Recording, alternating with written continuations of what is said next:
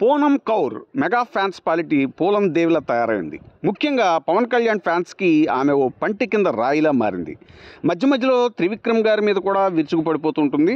తాజాగా ఓజీ సినిమాని పొగుడుతూ ఆర్టీవీ చైర్మన్ రవిప్రకాష్ ఓ ట్వీట్ చేస్తే షేమ్ ఆన్ యూ అంటూ రవిప్రకాష్ మీద కూడా రెచ్చిపోయింది. ఇప్పుడు most trending topic Balayya Chiranjeevi గారి మీద చేసినటువంటి కామెంట్స్కి ఓ పక్క చిరు ఫ్యాన్స్ అగ్గి మీద గుగ్గిలం అయిపోతుంటే అగ్నికి ఆజ్యం పోసినట్టు పూనం కౌరు మరో ట్వీట్ చేసింది.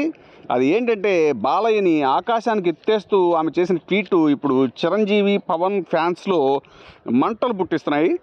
బాలయ్య ఎప్పుడూ చిన్నపిల్లాడిలా ఉత్సాహంగా ఉంటారు. దేవుడు కొందరు వ్యక్తుల్ని ఓ లక్ష్యం కోసం సాధనంలా సృష్టిస్తాడు, అది సమయానుసారం బయటపడుతుంది అంటూ ఆమె ట్వీట్ చేసింది.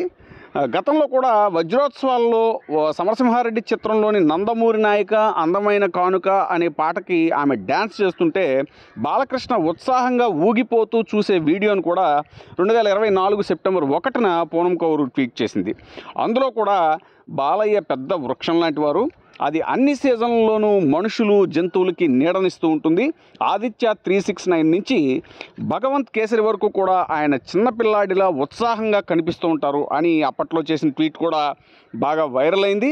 ఇప్పుడు తాజాగా బాలకృష్ణ చిరంజీవి గారి మీద చేసిన కామెంట్స్ నేపథ్యంలో ఆమె చేసిన ట్వీట్ ఏదైతే ఉందో అది బాగా వైరల్ అయింది. దీని మీద బాలకృష్ణ అభిమానులు ఒకంత ముచ్చట పడుతుంటే చిరంజీవి ఫ్యాన్స్ మాత్రం ఆమె మీద రెచ్చిపోతున్నారు.